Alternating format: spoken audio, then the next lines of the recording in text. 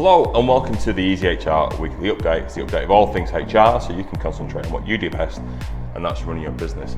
Given the sad passing of Queen Elizabeth II 2 weeks ago, we just took a pause in terms of the content, but we're back and there's a lot to talk through this week. So firstly, the real living wage have come out confirmed their increase in their recommended salary, which is moving from £9.90 to £10.90 in the regions, and from £11.05 to £11.95 in London.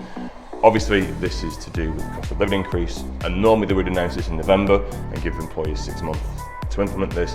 This has happened in September, and this is probably a reflection of where they see the impact of inflation and the general cost of living at the moment. So that's one to keep aware of, and there will be obviously implications as people see this. Additionally, the worst kept secret from the Treasury is out. They confirmed that the national insurance increase of 1.25% is now not going to happen in November.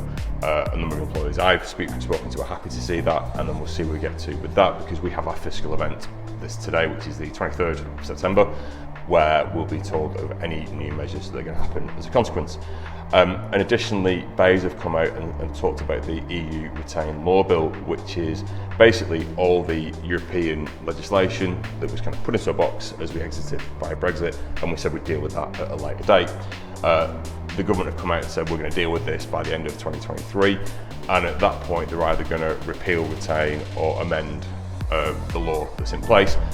We're expecting some pretty aggressive tactics on some of the laws. We think that some things will be amended quite significantly. How, we're not quite sure, but there is some rhetoric that's coming out which is suggesting that actually there'll be a bonfire of workers' rights, which was claimed in the Times. We'll see where we get to with that. And finally, right to work checks for employees. At the start of COVID, there was an amended process put into place where employees were not obliged to physically see documents.